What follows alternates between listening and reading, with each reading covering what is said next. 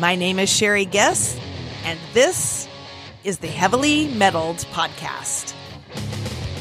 On this podcast, I interview patients, medical professionals, and industry insiders, having important discussions regarding the all too commonly experienced but lesser identified symptoms of hypersensitivity to metals contained in implanted medical and dental hardware, diet, and environments.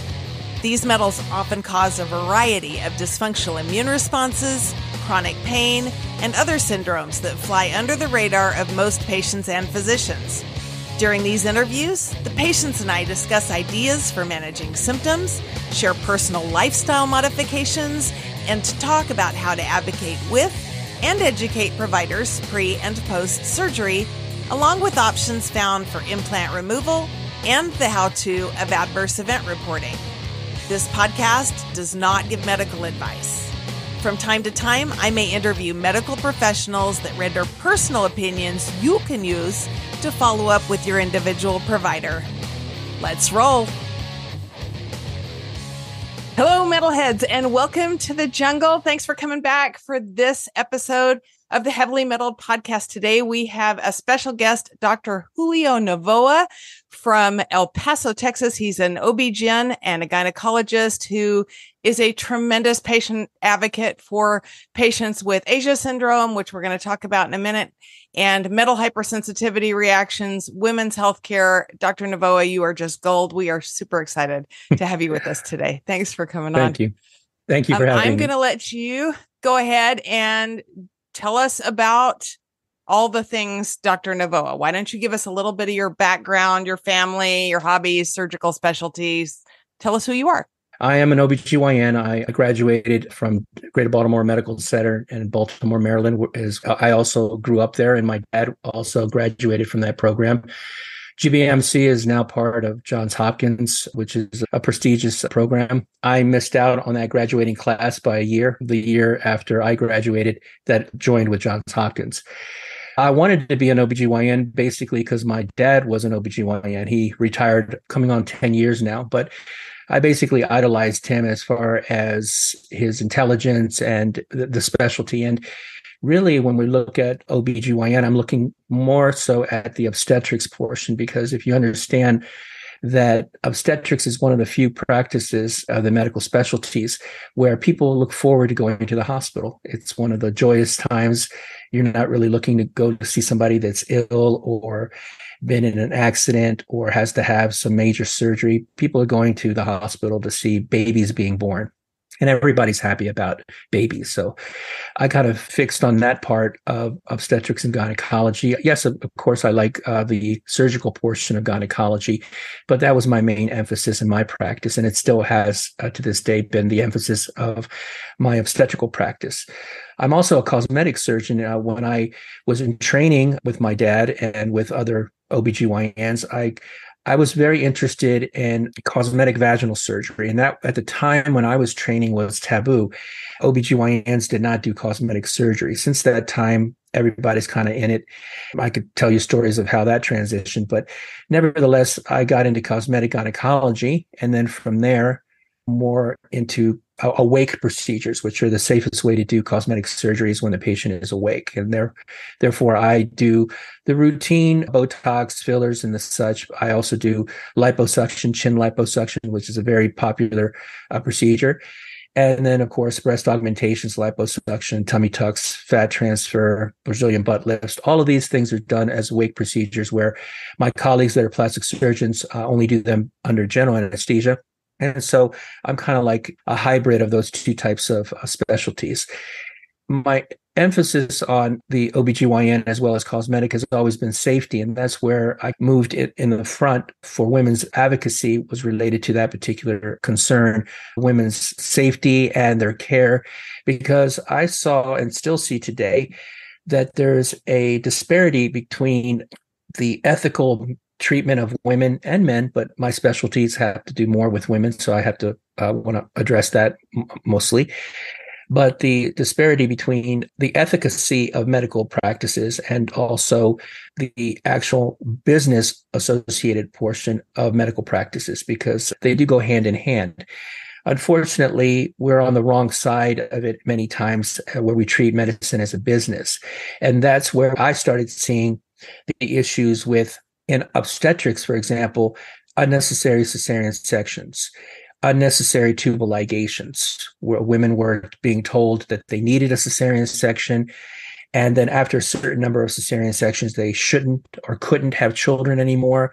And therefore, lack of informed consent for sterilization, tubal ligations, and the such. That's how I got into my emphasis of care with Essure permanent sterilization device and Felshi clips and Holka clips and all of the risks associated with those.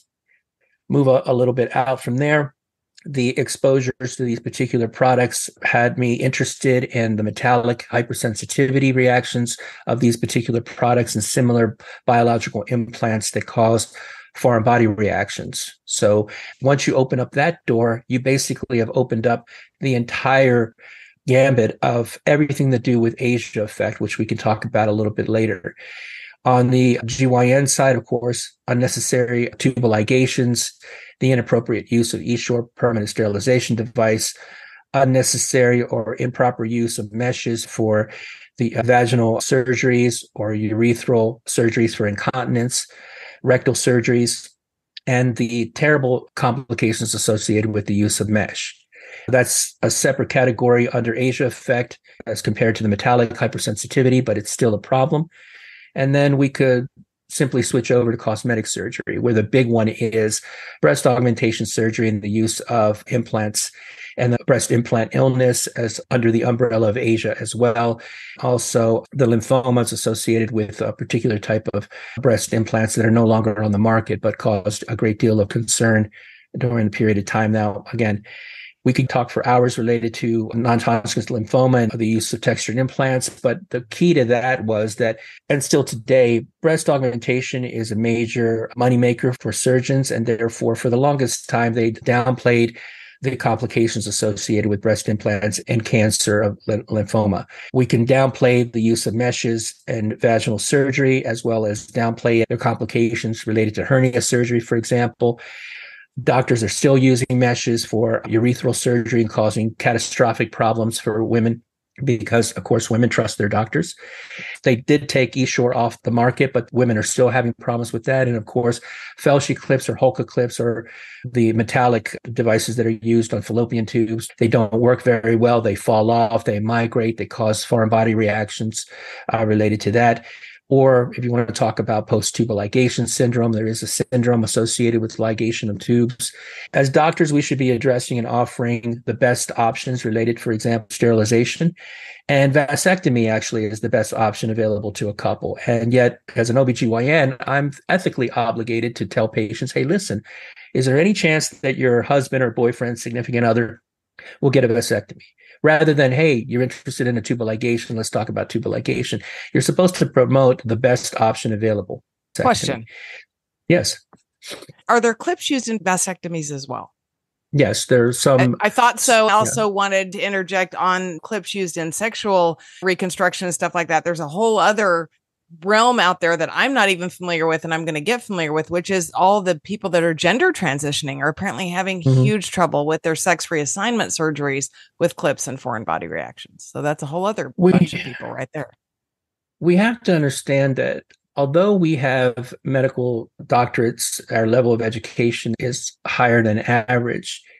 When it comes to foreign body reactions and complications related to products that are placed on the market and approved by the FDA, we're really naive or don't want to really look at what the potential complications for that could be. Common sense. I'm not a urologist. I'm a gynecologist. But I've had a vasectomy and I've had it reversed.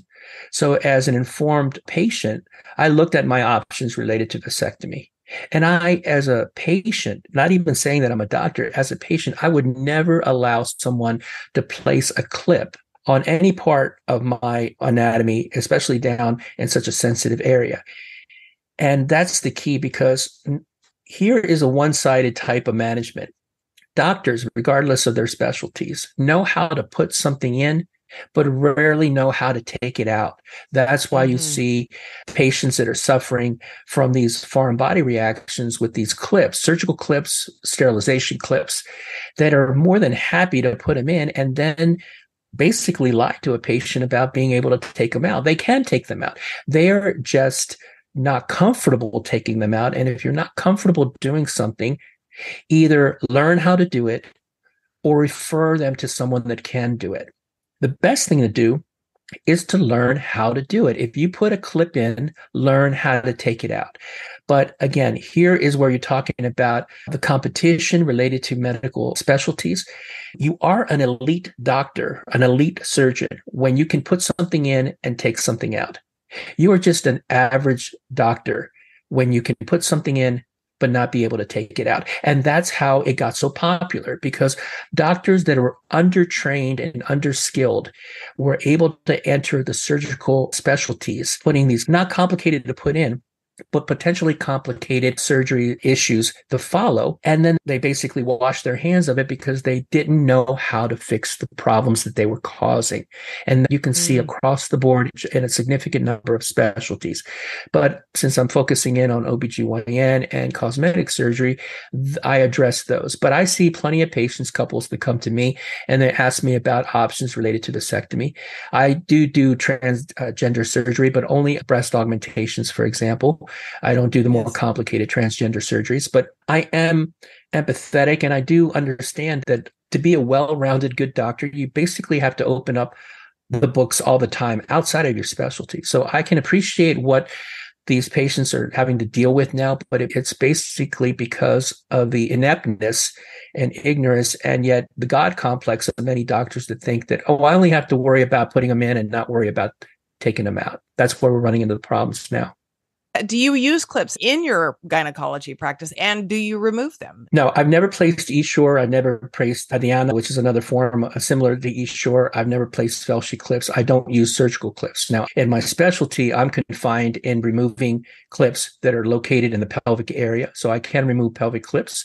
I can remove Felshi clips, Holka clips, and I do Essure removals. But I do it, and my concept of Essure is to remove everything that Essure touches. So I have a difference of opinion with my colleagues that retain the uterus, to retain the fallopian tubes. I take everything out. That I feel is the best way to do it. Again, there's a difference of opinion, but I basically am backing it up based on my experience of almost 7 years now on removing Essure, and also communicating with other experts that remove Essure, not just the average doctor that basically maybe put in 2 or 3 Essures and then says, oh, I'll take it out, but I'm going to pull them out. And that's a no-no from the get-go.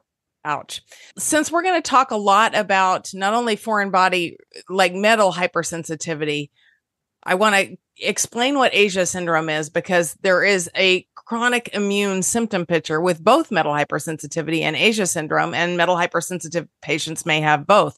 Can you touch a little bit on what Asia syndrome is, so that when we're talking about all these foreign body reactions, we have a concept of both sensitivity and Asia?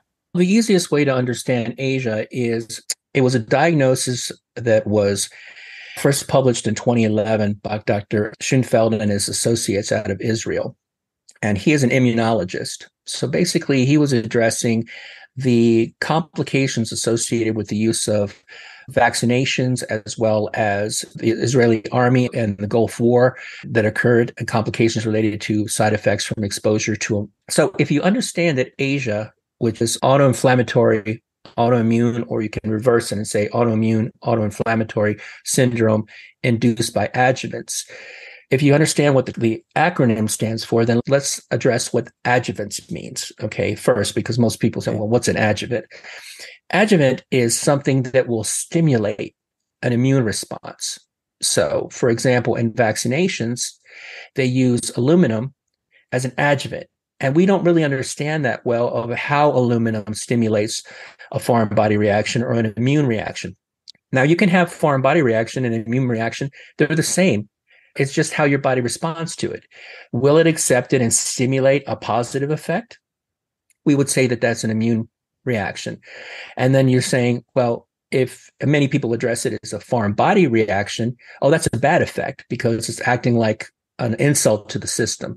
But the body really can't tell the difference between addressing it on a cellular level when it's exposed to something new, whether or not it's going to be a positive thing for the body or a negative thing for the body. It just treats it as all different, all foreign. And that's how it works on that level. So an adjuvant can be aluminum, but an adjuvant stimulating an immune response can be anything that's foreign to the body. What could be an adjuvant? A new exposure to the cold, the flu, chickenpox, herpes, HPV. Those are biological adjuvants, but you can have adjuvants such as pollen or metals, heavy metals, for example. Exposure to all of those things can be adjuvants as well, because it just is how the body responds to it. Something that stimulates a immune response is an adjuvant. We like to use things that are positive, but the body will respond differently for each one and maybe exaggerate the response. Where you expect a very minor immune response, you may have an exaggerated response to that adjuvant, and that's often described as hypersensitivity. So if you want to look at Asia as the umbrella, when the body's exposed to something new, it usually is going to be an immune response to it, but then it can cause an inflammatory reaction, such as something simple to easy for everyone to understand. If you have been exposed to something that produces a rash, for example, the body is an exaggerated response to that because it recognizes that it's a foreign body. But rather than simply be exposed and correct for it, it has an exaggerated effect that causes the rash or something to that effect. Or if you are allergic to something, that stimulus, that adjuvant, it was an exaggerated response to it. And that's the hypersensitivity that we talk about. So if you can understand Asia as the big umbrella, then basically everything else falls under it. Metallic hypersensitivity is an adjuvant under Asia. So it's all similar. If you're talking about all of the autoimmune diseases, for example, if you're talking about thyroid conditions, if you're talking about lupus, if you're talking about Sjogren's syndrome, even diabetes, for example, the body acts on itself, its own cells, and that's where they cause autoimmune on yourself. I would consider it to be under Asia. Now, Dr. Schoenfeld and his colleagues isolated it to 3 or 4 different categories, but it's easiest for most of us to understand that Asia is pretty much the umbrella for everything. And if you understand it there, then you can see the links and the similarities to everything else. For example, when I describe Asia to my patients who have issues with or concerns about their breast implants, for example, I say breast implant illness is under Asia as a foreign body reaction to biological implants. That's what it is. If you understand it there, then the symptoms that I'm having with my breast implants, which are causing me to have brain fog, are similar to the symptoms that this other person is having from her Felshi clips or her Essure, which is brain fog as well. Or if you notice, if you've ever talked to people that are concerned about vaccinations, and after getting a vaccination, the patient starts to feel malaise, fatigue, and also develops symptoms of brain fog, which was common in COVID-19 vaccinations. Patients were concerned because they were having these side effects to the vaccination. Or myocarditis, which was something that was seen in children. This is a response to the vaccination that's understood and in many cases expected. But the fact of the matter is the body responds differently to the foreign body reactions because of the insult. And although we think that the vaccination is something positive, the body treats it as if it's an insult and therefore tries to treat for it. Do you think everybody that has metal hypersensitivity reactions has Asia syndrome? Metal hypersensitivity is it acute, which will self-correct. For example, if you have a nickel allergy, which is 17% of the population is allergic to nickel, you may not even be allergic to nickel when you're first exposed to it. That's where you wear your fake jewelry and you're doing fine. A few weeks, a few months, a few years later, all of a sudden you start to develop a rash from putting on your costume jewelry. And then that rash is a hypersensitivity reaction, the adjuvant in that particular scenario. If you take off the nickel bracelet or nickel whatever you have, your body recovers from that. The insult is gone. The adjuvant is gone. And that's not Asia. Asia is the chronic exposure, the chronic symptoms associated with the hypersensitivity. So, for example, you can have Asia and breast implant illness. You remove the implants, you remove the adjuvant, you remove the insult, and Asia disappears. Let's take my case. I've got a ton of metal hardware. I've had 5 surgeries to remove a bunch. I still have a bunch in me. I'm still reactive. I likely will be forever. So that would fall under the umbrella of Asia, most likely. Yes, because what's happening there is when you're exposed to the adjuvant, you will have a acute response to it. And if the adjuvant is still there causing the same stimulation, you will over time develop a chronic reaction to that insult. So, for example, if you have Felshi clips or you have some metal in you, you have to remove all of the metal on a microscopic level to be able to get rid of the inflammatory response, the foreign body reaction, because the body will respond. Intuitively, you understand that if you have a big piece of metal, they're replacing a bone, for example, with a metal or something in your back of a vertebral device, that's a big piece of metal. So it's more likely than not, because it's larger, to have more surface area, to cause more of a stimulation as compared to this tiny little surgical clip, for example. Yes. But intuitively, you think that, oh, but then the doctors, again, confused because we're not really that smart on this particular subject. That little piece of metal is not going to harm you. It's not going to cause you any problems. They have no understanding. It's never inert. That's the problem. It's never inert. Titanium, nickel, all of the other metals will oxidize over time. And as they oxidize on a microscopic level, they change. Each different manipulation of that particular fragment, whether or not its surface changes or its metallic component changes, that is a trigger for another response of the body as a foreign body reaction. So that's what we're talking about there. I think it's important to point out too, it's not like, oh, my body's a bad body. The body's intelligent and the body is trained. It's doing what it was supposed to do. It's like, hey, this isn't supposed to be there. Let's break it down and get rid of it to protect my human. Not only that, not only is your body responding in a natural way, because even an exaggerated response is the way the body's responding naturally. But number two, many foreign body implants, biological implants that we're placing, have an intentional desire from the doctor that's putting it in there to induce a foreign body reaction. For example, the implants or Felshi clips, Hulka clips, they were designed to cause an inflammatory reaction to the tissue that they're compressing or expanding on. The scar tissue that forms around that is a foreign body reaction that you're expecting, you're desiring that for it to occur. Now, up to a certain point, and here's where doctors were naive and the creators of Essure were naive, and we'll talk about Felshi clips next or surgical clips next, is I even spoke to one of the vice presidents of Bayer related to this particular subject on Essure, is they said, oh, it's just a localized temporary reaction because of the scarring and placing of the Essure device.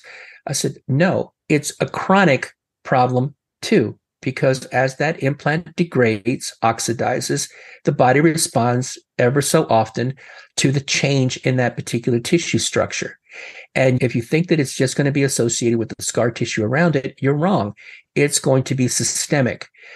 That's where you have an Asia and all of the different autoimmune as well as all of the different foreign body reactions, very similar problems. Hair loss, brain fog, memory losses, dementia, Alzheimer's symptoms. Of course, the rashes, systemic nickel allergy syndrome, for example, the rashes, intestinal symptoms that mimic Crohn's disease, ulcerative colitis, irritable bowel syndrome.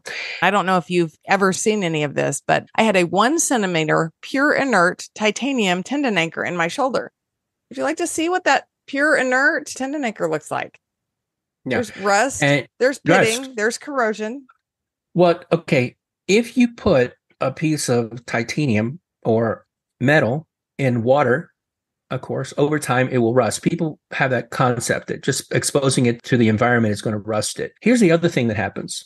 You put a metal like that in the body, and your own immune system sends out the macrophages and all of the immune fighting cells to try to degrade that piece of metal, treating it as if it was a biological agent, such as a virus or a bacterium. It tries to piecemeal it apart.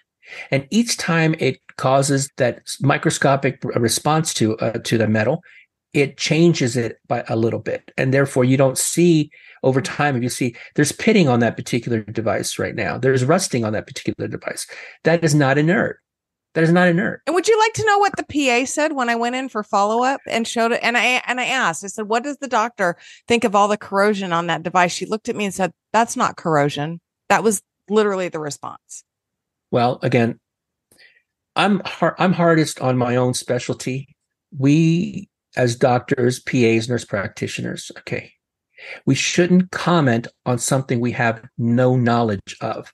That PA should have never said anything because that PA is not a metallurgic specialist. If a metallurgic specialist would have been in that room, they said, that is one of the stupidest things that I've ever heard. That's what that specialist would have said to that PA. Not being disrespectful, but if you don't know what you're talking about, don't give that information to a patient. Yeah. Okay. And what are doctors taught in medical school about metal allergies and foreign body reactions?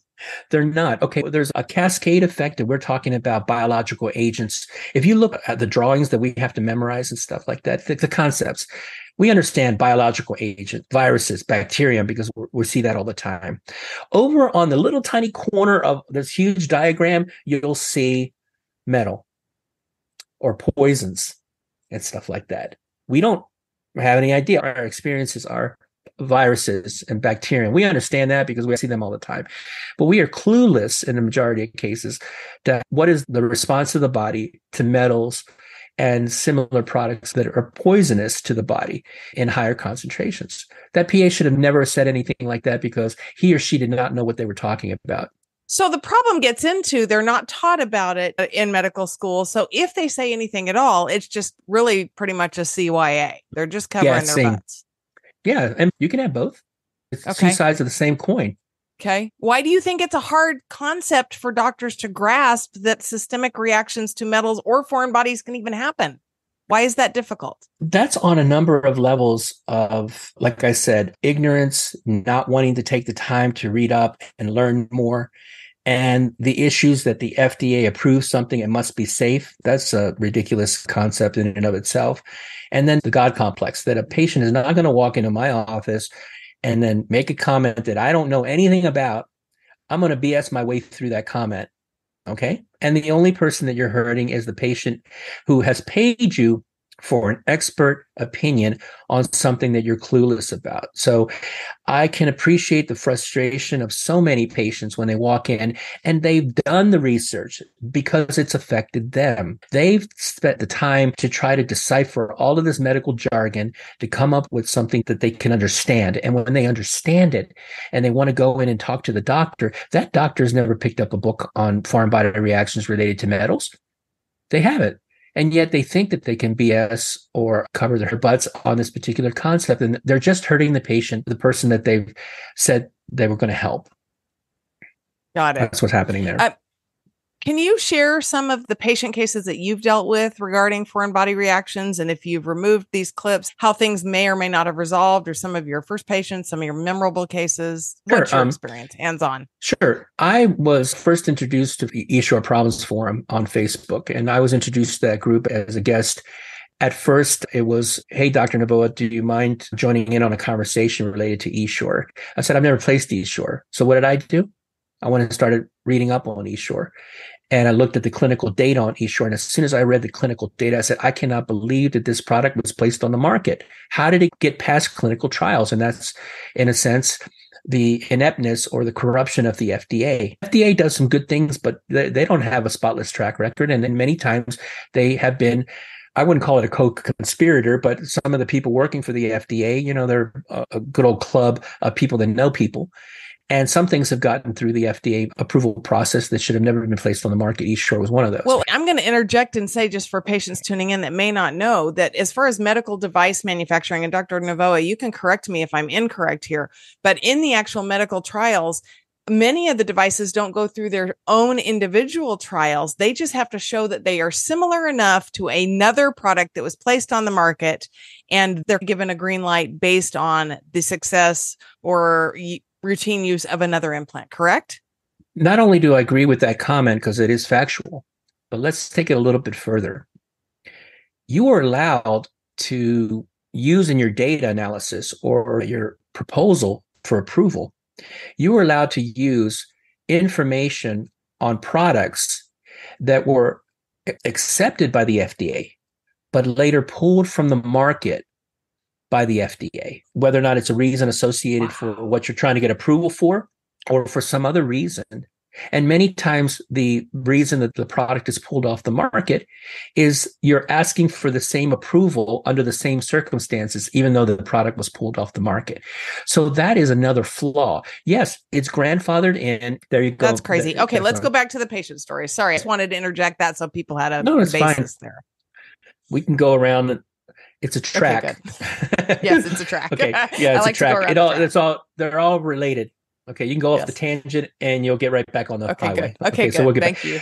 So at first I looked at the comments placed on the Facebook forum about this particular issue or that particular issue. And I said, you know what? That's not unusual. We see that relatively common. And I got some pushback from patients saying, well, why are you on this forum if you're not agreeing with us? I said, well, you're asking me for my opinion and I'm giving it to you. I agree with some things. I don't agree with other things.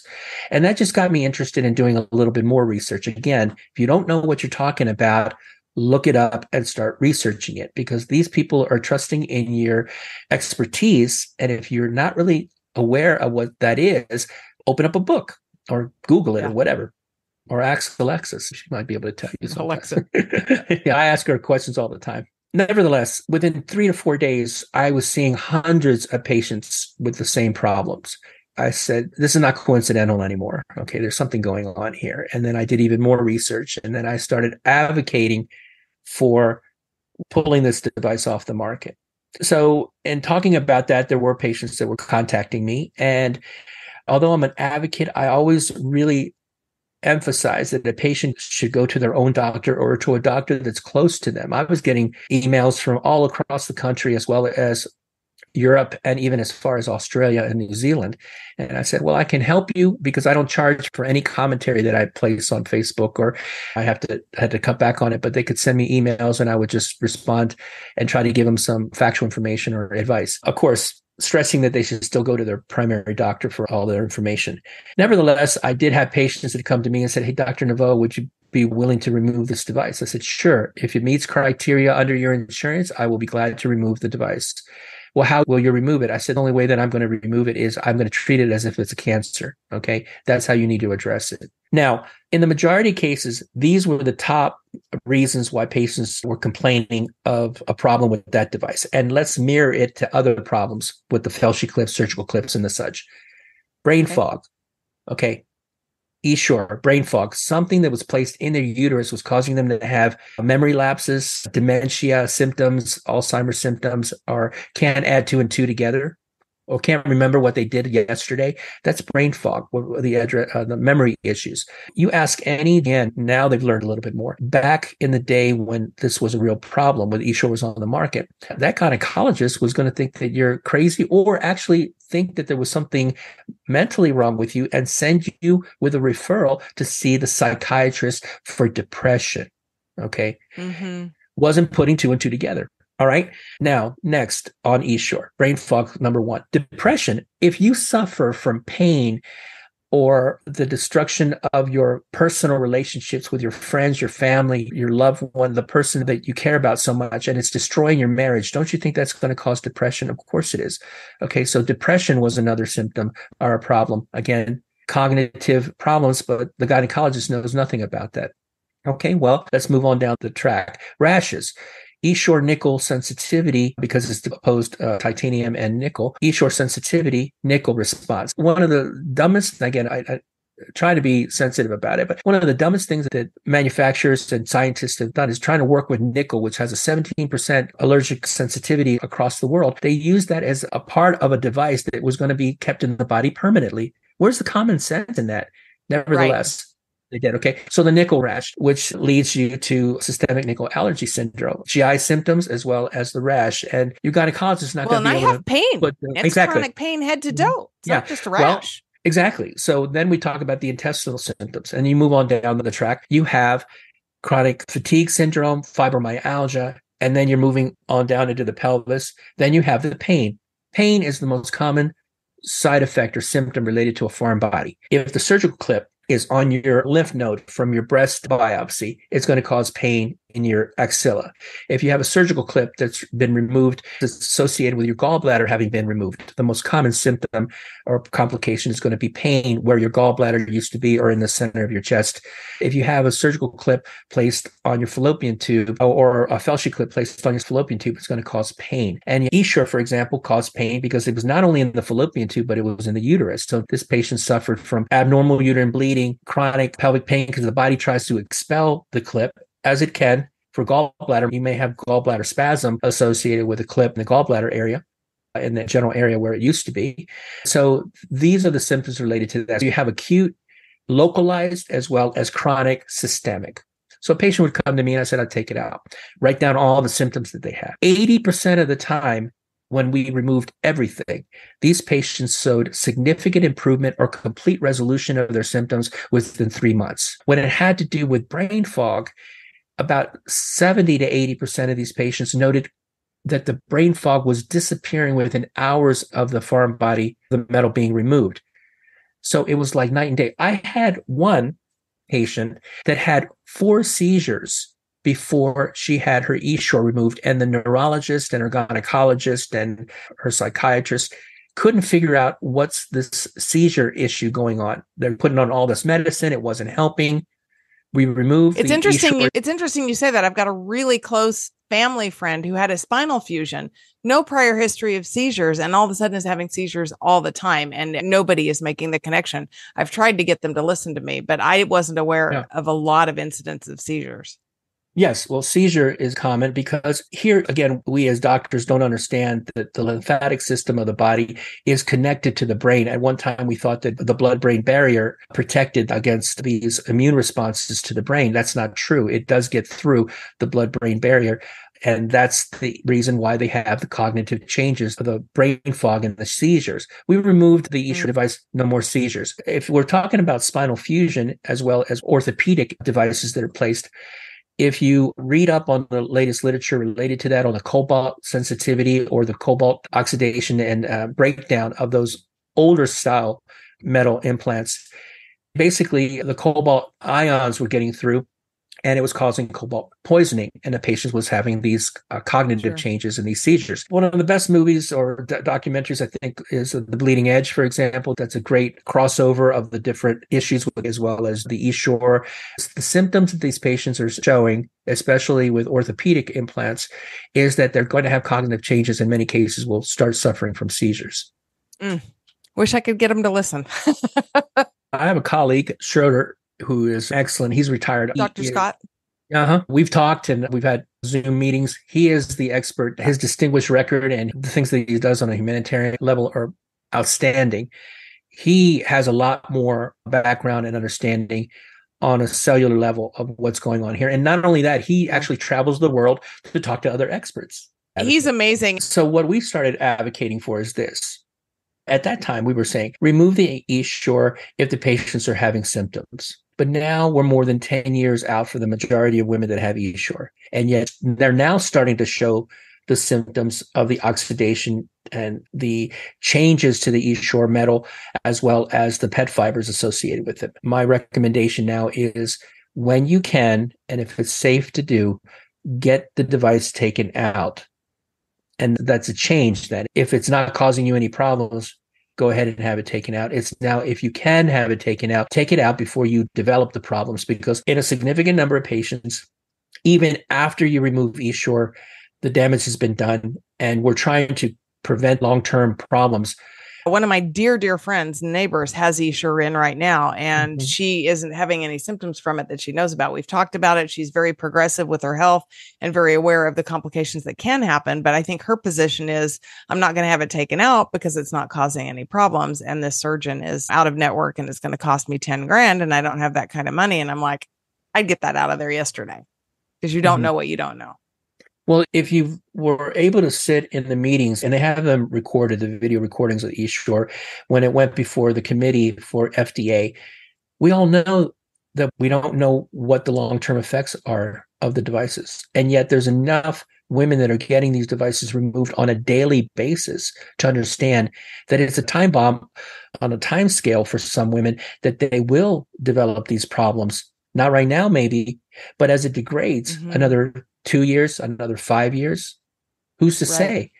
I don't know of very many people that are not concerned about that. And maybe she's not, but it may come to the point where she does have a problem and she say, no, I should have gotten it out when I had a chance. Right. So going back to the patient stories, you've seen significant resolution of these symptoms with the removal of Essure. And would you say that expands to clips and staples and orthopedic hardware and all the removals? Absolutely. If you can remove everything, you're going to have the best outcome, obviously. And I understand that you can't necessarily remove everything. Sometimes you can't. But if you can remove as much as you can, the patients do start to show improvement. Here's the problem. Those that show improvement and have had everything taken out, generally it's a done deal. They're finished with a good outcome. And there's going to be a group that say, hey, I noticed some great changes to my life. It improved so much for about 3 to 4 months. And then the symptoms came back. What is that all about? I said, get yourself scanned again. Find out how much is still left. Oh, they took it all out. But they get the x-ray or they get the CT scan or the MRI, and there's some bits and pieces still left behind. I said, that's the concern there, because they weren't able to take it all out. And especially for patients that have had surgical clips removed, sometimes doctors use surgical clips because it's an easy way to cause a ligation, to stop a bleeder. But we weren't told that the more surgical clips you place in, the more likely it is for the patient to have a foreign body reaction. So they're putting in 5, 10, 15 surgical clips, and they're calling it a day. But unless you take out all 15, the patient may still suffer from just one being left behind. They may feel better because they took out 14, but that one little surgical clip is enough to cause the problems. And then it's always this concept with doctors that said, oh, well, if you had shrapnel, we've done all these studies on the military with shrapnel's left behind and the patients do okay. No, they don't, because there's no long-term evaluation of foreign body reaction with shrapnel victims. That's what's going on there. I'm going to take a minute because it'll fuel our conversation. This isn't going to be something that you don't already know, but I'm going to read you just an email I got from a patient yesterday. She said she had just one breast marker from a biopsy and was having all kinds of symptoms. And they said, oh, it can't be the breast marker, and had it removed. She emails me back and she said, I'm just now realizing I had knee pain. I've always been heavy, but never had joint pain like that. Thumb pain, weird things. There are so many things that just disappear. You didn't even know they existed until they don't. The more time passes, the more I realize what was real, but had a cause. It's like I've been gaslit by my own body. Wow. I would have one good day, then 7 bad days. Feel like I was getting better that one day. Thank you so much for what you do. You literally are saving my life. It's whack-a-mole with all the different things. And people don't even know they're having them related to the hardware until they're taken out and they resolve. Here's one for you. And again, I think it's a conflict of interest for doctors that do this, but it's a part of the subspecialty of cosmetic surgery. Unfortunately, women suffer from breast cancer. Yes. And one of the managements of breast cancer is to take a biopsy. And of course, when they do a biopsy, they'll leave a marker, or they'll actually clip, using a surgical clip, a bleeder or something. So now they've removed this. Maybe it's actually benign, but maybe it is cancer. They remove this mass out. If it's benign, nothing else is done. Quote unquote, the patient is supposed to do better. But then a year from then, or maybe just with a few weeks, the patient is having pain where they did the biopsy. And every time they complain to their doctor, the doctor says, oh, it's just related to scar tissue, or it's just related to the fact that we took the tumor out. That's what you're going to have. And it may be chronic for the rest of your life. But then for whatever reason, they get that clip taken out and their lymph nodes are no longer inflamed. There's no more sensitivity to that breast. said, it was the marker. But nobody's going to take the time to write a report on it and say, hey, are we doing wrong to the patient by leaving surgical clips in related to breast biopsies? That's number one. And now, a word from our sponsor. Attention metalheads. Are you struggling with skin rashes, joint and systemic pain, or fatigue that just won't go away? Type 4 metal allergy is often overlooked as a culprit in many of today's chronic illnesses. Get to the root of the problem with ELISA testing. ELISA is a scientifically proven and clinically validated test that measures immune reactivity to metal allergens like nickel, cobalt, and titanium. With fast and reliable results, you can get the answers you need to find relief and live a healthier life. Don't let metal allergies control your life any longer. Visit melisa.org to learn more and schedule your test. Trust us, you'll be glad you did. Melisa, a valuable diagnostic tool in medicine. I just had another patient email me. She had breast cancer. She had the excision of one breast. She left one of them and had clips at the lymph node, 3 surgical clips, and she had them in the imaging and she addressed them. She thought plastic clips, like chip clips. She didn't even think metal. She's emailing me because she has drainage at the sites of both of these clips. And literally, she just saw one of my posts on Facebook, and this isn't about me. This is about the patients, but literally now she's going to be going and getting these clips removed. And it sounds like that these 6 clips, 3 in each breast, and doctors just told her the same thing. It's scar tissue. It's just surgery. It's just something you're going to have to live with. And she said, I'm so glad that I knew it was this because I would have thought it was cancer or I would have thought it was something not related. And this has a very simple explanation that can be resolved. Absolutely. But let's look at it on a cellular level. Okay. You leave a clip behind, the body is going to form scar tissue around that clip. And as that clip degrades over time, oxidizes over time, all of the immune cells are trying to break that down. And therefore, it's like when somebody hits you in the arm and it's a bruise. Okay. The body response to that is try to cure it, get rid of all the bad things related to it. The scar tissue itself is the response to the foreign body reaction. And unless you get that clip removed, some patients suffer. So they're right in the sense that, oh, it is the scar tissue, but why is the scar tissue so inflamed? Why is it so bad? Why is the area so hard? It's the clip that you left behind, and doctors can't put 2 and 2 together on that term. And why not? Forbid, why can't they put 2 and 2 together? I mean, you can. Yeah. Well, again, it's just a matter of the God complex. A surgeon cannot for a moment fanta that someone is telling them something that they don't already know, but they will not take the time to read up on what could be causing this. Someone will finally take the time to start doing a case series of these particular clips in the breast tissue. And then maybe it will change things. But that's number one. That's how they ended up changing the orthopedic implants, change it over from cobalt, because someone took the time to start showing from the brain scans of how things were changing associated with the cobalt degradation, the oxidation of the cobalt. Let's go back to breast cancer patients. So the patient does have breast cancer. So she has her breast removed. And then she goes to her plastic surgeon and says, hey, listen, I don't have my breast anymore. Can we have reconstructive surgery? Oh, sure. Let's put breast implants in, without telling the patient that she has a 30% chance that she's going to have a complication to the breast implants, because the foreign body reaction in this particular scenario is hypersensitized to the fact that you removed healthy tissue and put an implant in there. Now these patients are going to have a 30% chance that those implants are going to encapsulate something called a capsular contracture. That is a foreign body reaction. The capsular contracture is a exaggeration of the response because of the implant itself. And then the patient has to have another surgery to remove the encapsulated implants. And that is also associated with breast implant illness.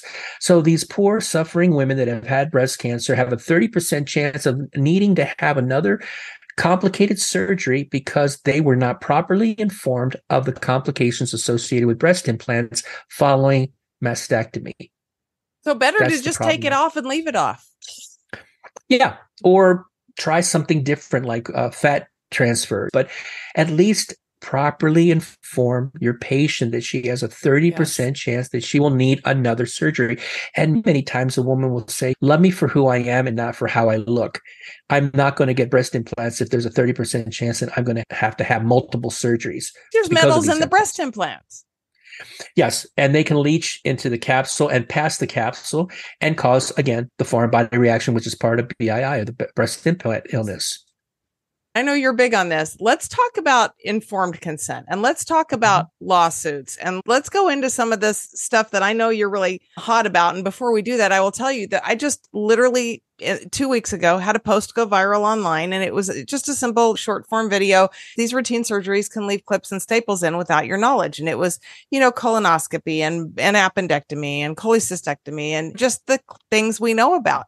And it must have gotten onto some kind of medical provider Facebook or online group, because it went to almost 1 million people. I had probably 1,000 comments from medical professionals that were like, patients aren't reading the consent and know that we're placing these clips. And anytime a clip is placed, we give them a card and it tells what was placed and blah, blah, blah, blah, blah. And they always know. And it was a huge amount of backlash toward patients from providers, which I haven't seen on a post before.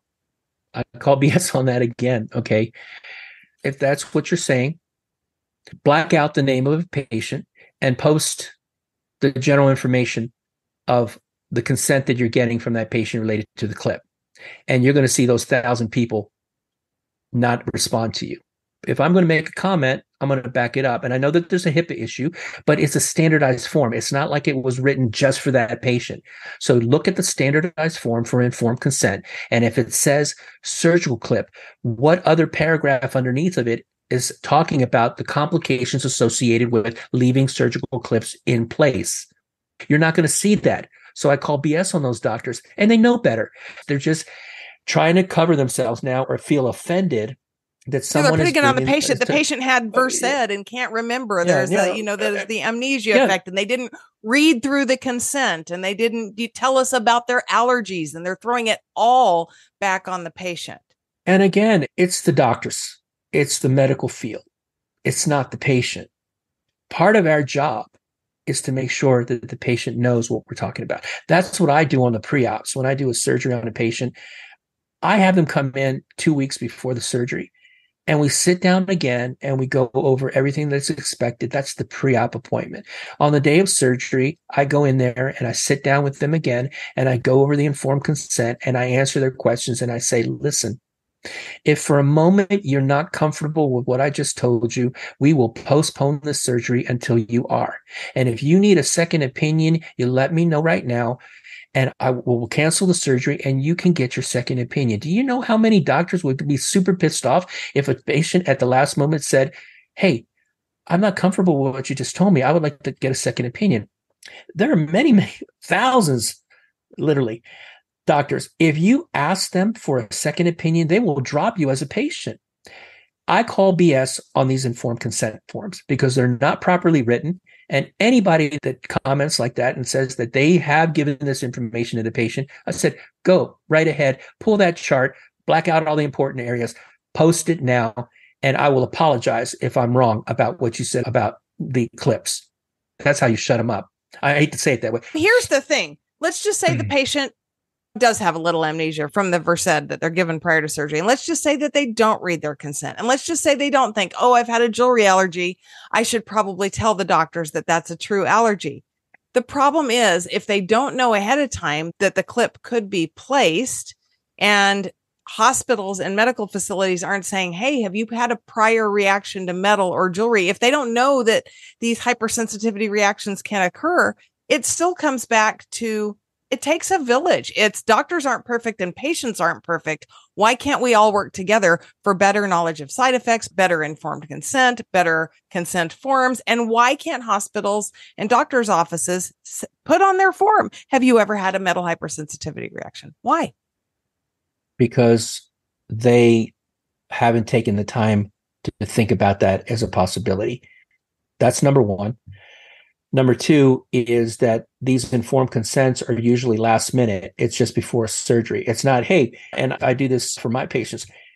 Here, we're going to send you the PDF file. I want you to take the time, days if necessary, to review this informed consent and get back to me on that. Not at the last minute, because yes, first of all, a patient goes to the hospital and they're worried many times, is the surgery going to go bad? Am I going to die? There's so much anxiety related to going to the hospital and having a surgery. Number one. Number two, when you're there, if they have given you something, even if you've taken something to calm your nerves, you can have antegrade and retrograde amnesia. You may not remember what anybody said. And many times that's why I talked to a patient. I said, I'm going to tell you this right now, and we're going to talk about it after the surgery, because it's a high possibility you don't remember anything that we're talking about right now. So it is not on the patient to read the mind of the doctor. It is the doctor's obligation to make sure that they've covered it, not on a doctor level, but on a normal high school level, or if necessary, below a high school level, so that that person can repeat back to you what you told them about their surgery. I open-ended the question. I said, can you tell me what questions you have about what I just said? And can you explain to me what it is that we're going to do? And if they can't, okay, let's take a little bit more time about this. Many doctors, they walk in and walk out. It's a 2-minute. Oh, do you have any questions? Oh, no, you sign your forms. Oh, okay, well, I'll see you afterwards, or I'll talk to your family afterwards. That's how short it is. Even if the patient doesn't tell them, the question comes from the doctor. Do you have any metal allergies? And in doing this surgery, I may use a clip. Where in the consent form does it say that? And I can assure you that 99 out of 100 times, it's not going to say we may be using surgical clips in this procedure.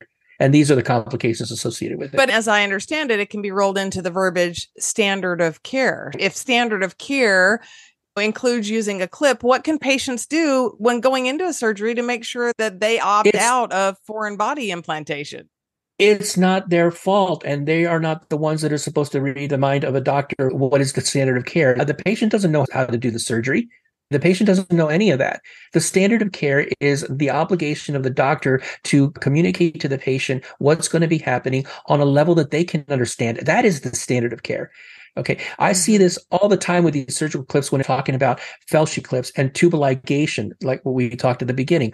Tubal ligation is a broad term, ligation of the fallopian tube. You can ligate the fallopian tube in a variety of ways. You can cut the tube, you can burn the tube, you can tie the tube, you can remove the entire tube. You can put a clip on the tube, the Felshie clip or the Holka clip. You can put Essure in the tube. Okay. All of those fall under a broad category of ligation. But each one of those procedures has a potential complication associated with it that cannot be generalized because it's very specific. Essure had its own complications. Felshie clips, what's the most common complication related to Felshie clip besides the foreign body reaction? Falling off the tube. Okay. Does it say in the informed consent in your ligation that a Felshie clip will be used 9 times out of 10? No. Does it say in the informed consent that your Felshie clip may fall off in 1 out of 5 times? It doesn't say that. Patients are surprised when they find out that 2 Felshie clips have been placed on each fallopian tube at separate portions of the fallopian tube on purpose by the doctor. Why is that? Because we know one of the Felshie clips is going to fall off 1 out of 5 times. So we're going to put 2 clips on. I'm not, but there are doctors that still, Felshie clip is very popular. What happens to the one that falls off? The foreign body reaction as it's moving around the intestines, scar in place, or that inflammatory reaction that keeps messing up your intestines because it keeps moving, foreign body reaction. Or my favorite. Colonoscopy, where they remove a polyp in the colon, they put a clip and say, oh, it's going to be flushed out in the next few days by the body. That doesn't always happen. No, they don't understand it. Sometimes it erodes through the opposite direction and can perforate the colon itself, or cause a granuloma effect or an inflammatory response that may stop up your intestine until it's removed. There's so many. That's just clips. We can talk about mesh. Any material, any biological implant can cause all the very similar problems because the body responds similarly to each one of these as a foreign body. That's nature and evolution. That's how it works. Don't get me started on consent, like unnecessary cesarean sections, tubal ligation issues, how we're placing these meshes wrong. And of course, placing surgical clips. How many times does a surgical clip that's placed also fall off? We literally are putting these clips in during surgery and we clamp something and the darn thing falls right off. Sometimes they're looking for it, like trying to find it. Where did it go? They say, oh, it's all fine. They don't realize that later another clip fell off and is floating around somewhere, or at an angle that's hitting a nerve or hitting tissue that's sensitive, and that's permanent. It won't move now. It's scarred in place. We just don't have common sense sometimes as doctors. Why are we using surgical clips? Because the majority of doctors are inferiorly trained and they don't know how to tie a knot anymore. So they use a clip in order to do it quickly. So they can only take 2 seconds to put a clip on or a minute to tie a knot. Doctors literally would like to save 5 minutes of their time rather than tie a knot. And doctors don't know how to tie knots anymore. It's all cauterization with a harmonic scalpel, for example, or they're going to use a clip. That's what we're talking about there. So what can a patient do so that a foreign body isn't implanted during surgery? How would you suggest a patient handle that if part of it has to be on the patient because we can't rely on the doctors? Here's where you're going to have a conflict, because the ego complex, this God complex of many doctors is this. If you present a form, and maybe you should wait right up until the time of surgery, you bring a form to your doctor, your informed consent. This is your informed consent giving the information to the doctor. My informed consent is you will not use any biological implant that's permanent in my body when you're doing this surgery. This is to include surgical clips. Please sign this, doctor. Then you're not going to use a clip. Would a doctor sign that? No. But if you're going to give me an informed consent to sign, I want you to sign informed consent, because I'm not the one that's operating on you. You're operating on me. And I'm going to tell you that this is what's acceptable to me. Okay. So we have to change the system. Okay. Yeah. We have to change the system. I can assure you that a doctor would probably not want to cancel a surgery, because it's, again, the business concept. They're not going to want to lose out on the time slot. And if it means that I got to tie a knot, okay, fine, you win. I'll tie the knot rather than use a clip. But if a doctor's not going to sign that, what can the patient do? Reschedule with somebody that will. I don't have an answer that will be the umbrella for all answers. I can tell you, if patients start to do more pushback, stand up for their rights, stand up for what is right, the standard of care will then change. The standard of care is the way a normal, competent doctor would act in the same situation. But the moment that a doctor starts being questioned about what they're doing, they're more likely to do what's right rather than what's the standard of care. Okay. We as doctors decide what the standard of care is. It's not the patient. We as doctors decide what that is. And therefore, the pushback is, you need to change this because it's affecting us in this manner. Okay, well, then the new standard of care is I will get an informed consent related to surgical clips. That's the new standard of care. This is the terrible thing about medical malpractice lawsuits, is that they do fall back on the standard of care. If the standard of care is flawed, then to win a lawsuit is difficult, even though the standard of care is flawed. So in order to change that, you have to change the standard of care. But I always tell patients the concept of coalition of, in order to change the standard of care, you only have to get one law firm that's going to get paid. I mean, because a lot of the times these law firms say, I'm not going to take this case on contingency because there's a good chance that I'm not going to get paid. Well, then you're going to get paid. It's not going to be contingency. We're getting a group together and you'll get paid on an hourly rate. But take this case to court and let's go from there. If you have 12 jurors and they're told that this form, this informed consent did not say anything about clips, you didn't get the consent from the patient and you lose. Okay. The hurdle is getting the law firm to represent and that they're going to get paid, because there's plenty of experts that will pretty much sign off on anything. So it's not that you can't get an expert that will take this case to court. I mean, that will be your expert, because there are professionals that do this for a living, and they will, if it makes sense, they'll say, okay, that's possible, or yeah, that's probable. So that's not the part. It's the part that the attorneys don't want to take a case where it's on contingency and that they may end up losing, and then they wasted their time. So there has to be a coalition that says, this is the first case. We're going to change the standard of care. And not only that, though, you brought up in one of your videos, any group of patients that wants to take the time to sue and change the standard of care cannot expect to be made whole for their suffering. This is basically a procedure that is done on principle only to change a system. It is not something that you're going to get rich, retire on, live in comfort the rest of your life for, because you will never get made whole. They may give you a token payment just to settle their books, but this is something that you do not because you want to gain anything other than to change the standard of care for patients going forward, correct? Absolutely. You have to be politically correct in a lot of things that you see, but I'm just going to put it out there. It is like sexual assault. Okay. There is very few times that a person will truly recover from that act. But many people come forward, not because they want to get something back from it, but they want to prevent it from happening to someone else.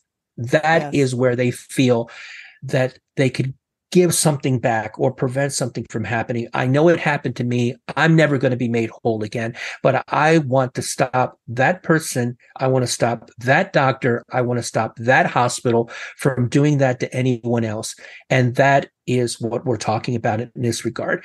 Yes, there are many, many women related to Essure, for example, or the mesh that are saying, well, I'm part of this lawsuit and I'm expected to get money out of it. And then they're just shocked when they get 10 cents on the dollar or 1 cent on the dollar as compensation for 10 years of suffering.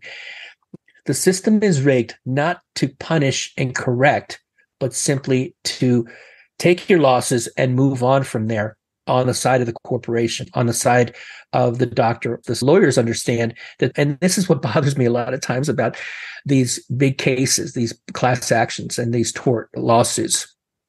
Mm-hmm. If you meet the basic criteria to be included into the lawsuit, there are lawyers that welcome by the hundreds, by the thousands of these patients, not because they're hoping that they're going to be able to get something for their clients, but because the more names that they have on a list, the more power that they have to get paid at the end of the day. So for Essure and Roundup, the lawyers got involved and they're going to get 40 to 50% compensation and maybe even more depending on how they're documenting their invoices. Mm-hmm. They want all of those names because they can pressure the companies to settle because they have the names. Not that they're representing one person with a really good case. They're representing 1,000 people with maybe just put your name on the list. That's why they're always advertising about it. They're always going to get a piece of the pie. Or law firms advertise that just call this 1-800 number and they get a portion because of the referral. And at the end of the day, the one law firm gets a referral from another law firm and they remember them. And when it gets time to get paid, they end up getting paid for the referral.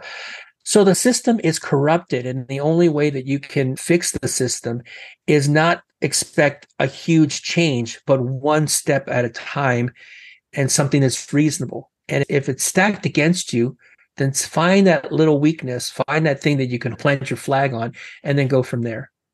Well, and you have brought up the one thing patients can do until we can get a group together or get attorneys to go after and change the standard of care. You can write a review for the doctor. You can leave a review in a public place and you can share your story. And if enough people share your story, then maybe the doctor cares enough to change how they practice, how they consent, how they screen. Here's what's so important about writing reviews. I've had bad reviews written about me, about my office staff. I mean, you take it as a learning. What can we do to make it better? That's how I take it. I try to take it positively, but you can't please everyone. And there's going to be circumstances where something happens and you just try to do better. That's what you try to do. You try to do better. But here's the deal. If you write a commentary in a public forum, it has to be truthful and as objective as you can be. Have someone else read it. Don't say that the doctor was trying to kill you. Don't say that the doctor does drugs or was high or whatever on alcohol. Don't write things that are subjective. Stick to the facts that I was supposed to have the surgery done and I didn't get proper informed consent. I looked over my medical records. It doesn't say anything about surgical clips. And had I known that they were going to use surgical clips, I would never have allowed them to operate on me. That's factual. So now Right. what does the doctors do? Because I've heard stories where, well, the doctor's going to end up suing the patient. Most likely than not, the doctor's going to sue the patient because of some commentary that went overboard, that went too far. And Yeah. it's not objective information. It is subjective commentary that is defamatory. Stick to the facts, have some people read it. And then, okay, so what happens if the doctor does want to sue you? Well, you have a legitimate complaint, send it to their medical boards. Now the medical board What? gets involved. So that these doctors will less likely chance that they're going to try to sue you if they understand that there are also repercussions for honesty. If you're trying to pressure a patient because they were honest about something, you're just as liable for that as well. I can't even imagine that honestly would be a concern. I can't think that a doctor would take the time unless somebody just completely flamed their character. The doctor I went to that told me I couldn't have a metal allergy was an internal medicine doctor, fellowship trained in immunology, allergy, and rheumatology. And she told me I couldn't have a metal allergy. I didn't have the symptoms. She wouldn't sign the consent. Fine. She did sign the consent for the test. I did come back allergic to nickel. I went on, moved on from her. Can't teach an old dog new tricks. Went down the road, got better. And I did go back and leave a review, but it's like you say, I didn't call her, I didn't call her a female dog. I didn't say anything that would inflame her. I just said, she did not tell me, her opinion was that I didn't have this metal allergy. I did. I went and got this treatment. I got better. You can't sue somebody over their personal experience. I mean, I guess you can. People can sue anybody for anything, but that would be a waste of time. And I just can't imagine a doctor would waste that much time. I have some leaders that have their own groups and the forums are on Facebook. And I've been asked to write letters that someone could present to the emergency room, and it's actually posted. And I try to change one. And I haven't had the time to fix it again, but it was a constructive criticism. It says, Dr. Novoa, you put in there that they should go ahead and see an immunologist or rheumatologist. And these immunologists and rheumatologists and allergists are just as clueless as every other doctor related to what's going on with my symptoms. I don't know whether or not that's a good idea. And I said, you know what? Absolutely. But at least you can try to get them to understand. The truly gifted doctors that understand the foreign body reaction are actually not medical doctors. They are PhDs that study all of these things on a cellular level in a laboratory or a lab. The PhDs understand foreign body reaction better than anybody. Okay, so I take it like building a house. We, as general doctors outside of the specialty of immunology, rheumatology, and allergy, are just the handyman. Okay, these subspecialties are basically the foreman of a construction site. But the true doctors that know about this stuff are the engineers and the people that create the diagrams and everything else on how to build a house. Okay. Yes. Unfortunately, those PhDs are not MDs, and therefore you're going to the wrong type of doctor. And that's the problem that we have here. PhD can't remove hardware. Exactly. So I understand where you're frustrated that you went to the immunologist or you went to the rheumatologist or the allergist. And first of all, they don't know about Asia syndrome. They never heard about it. They don't know what it is. Or if they say they know a little bit about it, they don't believe in it. And it's because they are not the real doctors that understand it. If you just pull back for a moment and understand what Asia really is, do you know how we got so much information about it? Actually doing animal studies. They've done it on sheep, and they can demonstrate Asia effect in sheep for vaccinations, for example, and the effects of aluminum, and they can extrapolate that information. It is unethical to do the same type of things to human beings, but you can prove Asia in animal studies. Again, they haven't matched up one doctor talking to another about it. And I don't know when it's going to happen, but eventually it will, just like science. We're still using leeches as far as we're concerned, as knowledge base that we have as doctors related to the immune response. Hopefully we'll be like doctors in Star Trek and stuff like that. But we're decades away from quantum healing. Yeah. Exactly. Where do patients go to learn about Asia syndrome? I've actually downloaded papers that have been printed from the National Institutes of Health related to Asia. And if you put foreign body reaction and you type out Asia, those papers, and they're written in abstract. So it doesn't get really technical, but they tell you what it's about, what they did, and what were their conclusions. And those abstracts are only 2 paragraphs. Now, if you want to really go in depth, of course, you can read the entire article. But to me, that's the Reader Digest portion of exactly what they were trying to show and what they did show. And that's basically, in general terms, one of the best ways to understand Asia is just to Google it, because it's free. Just Google Asia and comma sheep, and you may read the story that I was just talking about. A Facebook group or an online community that has support for Asia, or? Not that I'm aware of. I haven't seen one specifically that you type in Asia. You'd have to type it out or parentheses, because there are Asia groups, but they're actually talking about the continent and not the syndrome. Right. God, maybe there needs to be an Asia syndrome support group. I guess we're getting close to needing to wrap up, but what have we not covered that you really, really want to get out there? Here's where it gets tricky, and I keep emphasizing, is to never be afraid to get a second opinion. If your doctor pushes back on you or gets insulted because you've asked for a second opinion, that's not really somebody that you want to deal with, because when the going gets tough, they're the ones that are going to be blaming you for everything. That's not the type of doctor that you really want taking care of you. I see it all the time, and I know that whittles down the group of people that you can actually go to, but we also have to change our mentality and how we act towards our patients. And if you want a second opinion, I'm going to get you a second opinion. I have no problem with that. You're not insulting me by trying to get more information. Maybe I didn't explain it well enough to you. Maybe you feel more comfortable with someone else giving you that information or going more in depth with it.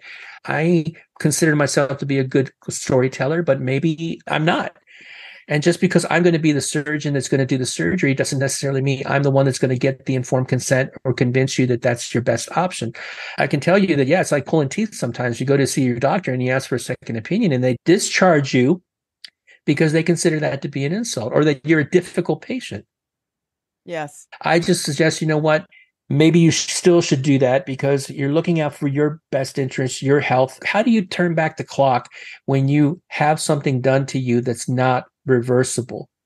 It's permanent. How many stories have you heard where they put in just a little clip and no one is willing to take it out, let alone some type of spinal surgery or vertebral surgery would have a permanent fused in plate or something that's causing you problems?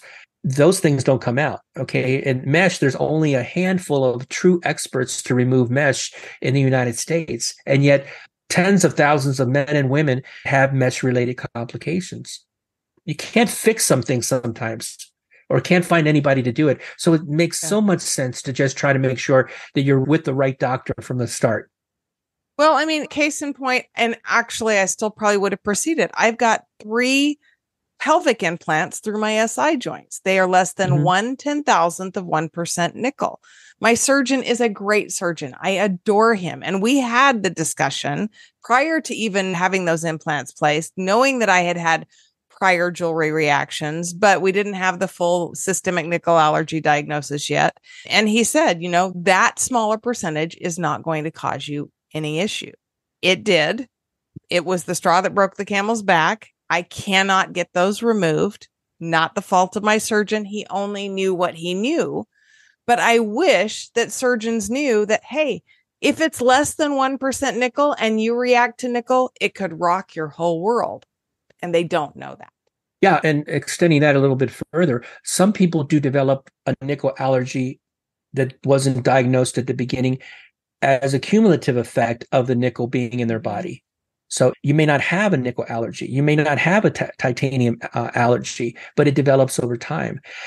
I say in response to your comment about your doctor and you did everything that you could to come up with a plan that worked for you. Yeah. And in many cases, that plan does not exist because doctors dismiss the request of information or proper information, or they're too much in a rush to go over it properly with the patient. I would rather postpone a surgery and the patient be properly informed than do a surgery and have her and me regret something that happened afterwards because she didn't know what was the real possibilities. Yeah. And it's benefit versus risk. I still would have had that surgery. Prior to that surgery, I couldn't stand and I couldn't sit.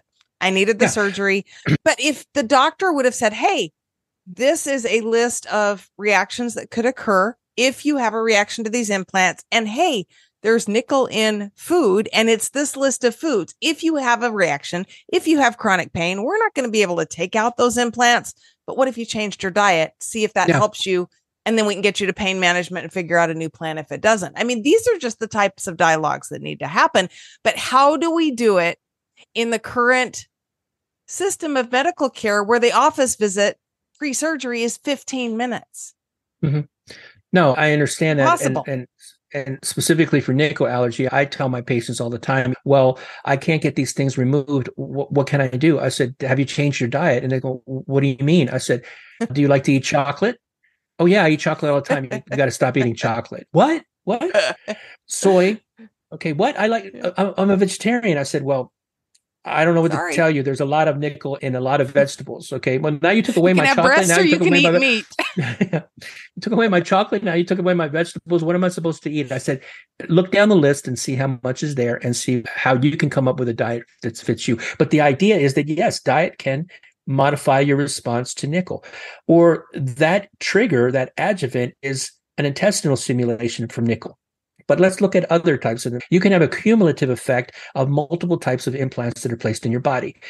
If you have dental implants, okay, that's one. Maybe that's not the straw that broke the camel's back as in your situation. Sure. You've got dental implants placed. You've got breast implants placed. You have mesh placed. You have Essure or Felshi clips placed. Each one of them can lead to a cumulative effect until one day you can't even get out of bed because your chronic fatigue syndrome, fibromyalgia, and everything else.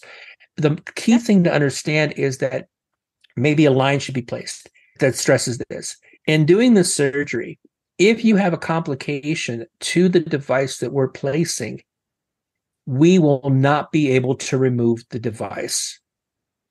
That might be a simple line that needs to be added because many patients think, oh, you put it in, then you can take it out. And they don't realize that they can't, or a doctor won't. Maybe that's a stressor that we need to put there too. Or spinal surgery. I have a fusion at L5S1. I had 13 pieces of hardware. The posterior hardware could come out. The anterior hardware could not come out. It would have been nice to know when it was placed if you have a reaction. In a year, when the spine fuses, we can take these pieces out. We cannot take these pieces out. If you have trouble, come back and see us. That would have been amazing. I was bedridden for 3 years, couldn't walk 5 feet. And you can see what happens after you remove it. You start to feel better. Basically, a lot of patients say, you know what, I had this done. I'm sending my old doctor a letter. Maybe he'll read it or she'll read it. Maybe she won't. But at least she understands that she was wrong. And maybe she'll understand that for the benefit of the next patient. But the key related to that is many patients feel that we're so skilled at putting these things in, it's going to be relatively easy to remove it. And they're literally shocked to find out that the doctor that put in a Felshi clip or a gallbladder could take out your gallbladder and leave a clip behind, but doesn't have the skill or the desire, ability, or intestinal fortitude to go back in there and take out that clip. A lot of patients would change doctors then. I said, if you put something in me, you got to be ready to take it out if I have a problem. That should be in the informed consent. And I don't think it is. And thankfully, not everything that has to come out needs a surgery. How many patients do you see allergic to their IUD? Mm-hmm. That's another one. We didn't get in the subject of IUDs, but IUDs cause intracranial hypertension. They can cause blindness. People don't associate the foreign body reaction of an IUD when it's causing brain fog. An IUD can cause brain fog. The majority of GYNs don't know about it or don't believe in it. Luckily, IUDs can be removed, but they themselves can cause problems. Okay, they themselves can cause issues like that. Like I said, we could talk all week about all these. I know. I do want to know, because I don't know. Do hysterectomies place clips? Hysterectomies, oophorectomies, salpingectomies. Do they usually use clips in those routinely, or as the exception and not the rule? They do use them routinely if they have a bleeder that they feel that would be quicker to control it with a clip. Even some of my colleagues, which are truly gifted GYN oncologists, for example, they run into a problem where it will take a little longer to tie it off, so they'll put a clip on it. And then the patient doesn't know that she had her hysterectomy and she's had 2 clips left behind until she gets an x-ray done. Another recommendation, because most patients don't understand that if they don't keep their medical records, they're going to eventually get destroyed. Always keep a copy of your medical records, especially any medical records from the hospital that have to do with surgery. Get your medical records and your surgery and read your operative report to find out what happened during that surgery, because most patients will be able to see in reading the operative report, doctor placed clip here. If they mention it. That's true too. But if they didn't mention it and there's a clip in there, that's a reason that they fell below the standard of care, and you can do something about it. Another one is this. If you have something taken out of your body, get a copy of the pathology report. There's plenty of patients that didn't know that the Essure was intentionally or accidentally cut upon removal. So they have the bits and pieces of Essure left behind. They would have known that if they read the pathology report, or at least to confirm that the coils are in the tubes when they remove the tubes. And the only way you can get that information is from the pathology report. Another point is that if it's not in the operative report and it's not in the pathology report, it never happened. Okay, it never happened. That's the point. I know plenty of patients that I read their operative report and I said, well, did your doctor tell you this, and this? No. Well, it's here. And the opposite. Well, my doctor told me this, but it's not there. I said, it needs to be in the operative report, just like if you were in a courtroom and stenographer's taking out all the information, or it was recorded. That's another point about recording in the operating room. I think deliveries, for example, I think you should be allowed to record. But of course, that's my opinion compared to a lot of other people that don't allow that to happen. In wrapping up, you were just recently made a group expert in a Facebook group called Medical Device Problems. That's a really nice group where people could maybe partake of more of your wisdom. I know you've got a couple of pages. You're in the No Essure group. Where else can people find you? And do you do online consultations with A, doctors and B, patients? Yes, I do both. For example, the podcast is what I do without a charge. Half of my practice is pro bono.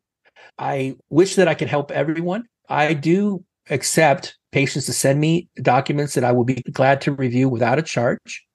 I do consultations when I can without a charge. And sometimes I have to charge, especially if they have insurance. And I'm more than happy to talk to my colleagues. Just like I spoke to Schoenfeld and Dr. Schroeder, they're my colleagues. I'm more than happy to talk to them about any questions that they have on the subject matter.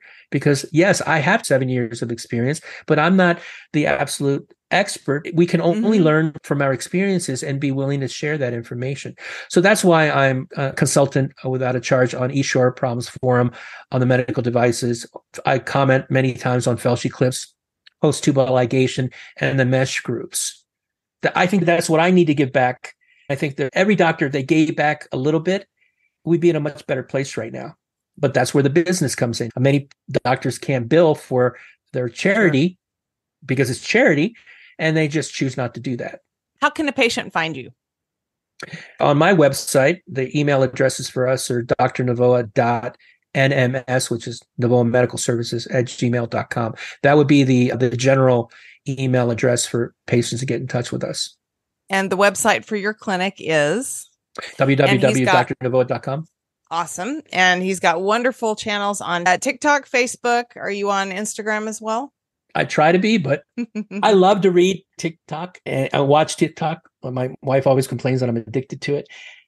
I don't have the persona, or at least feel comfortable to do daily messages. Although I've been trying to change my own behavior, and that perfect example is informed consent related to vaginal exams or pelvic exams, both men and women.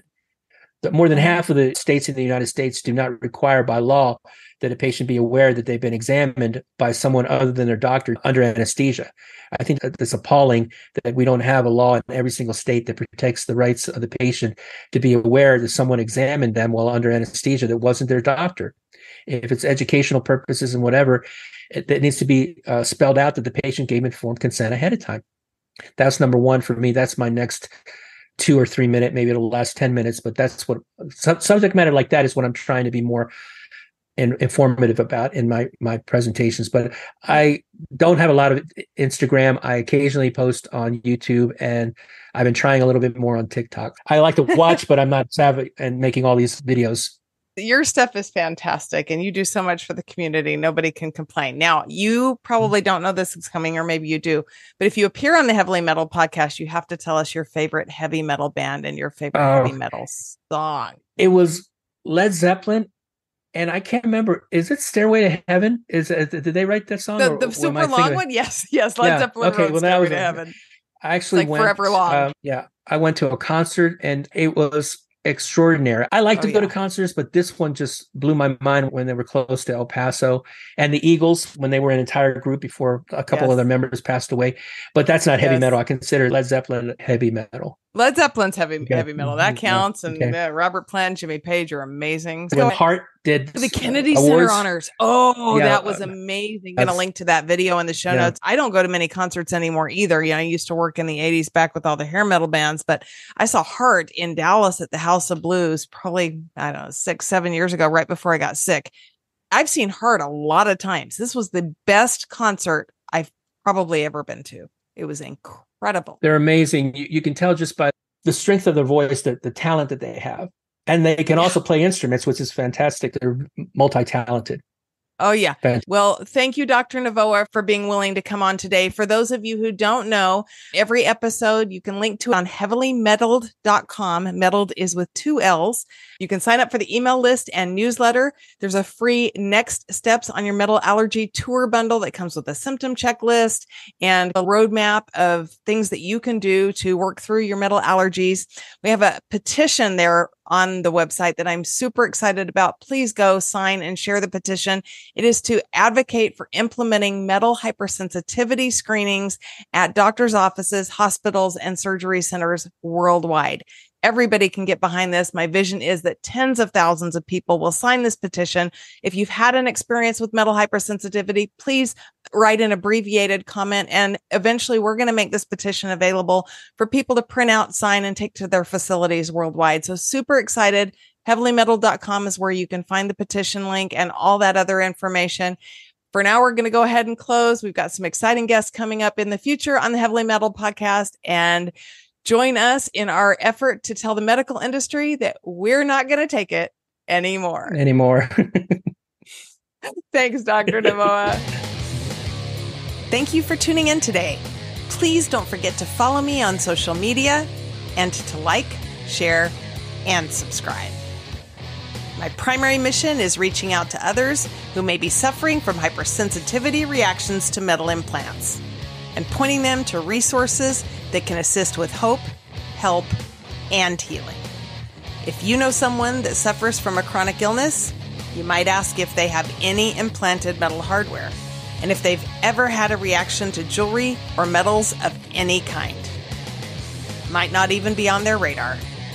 Visit us at heavilymetalled.com, where you can find images and documentation relating to our show today, as well as a number of valuable resources and links to assist you on your own personal healing journey.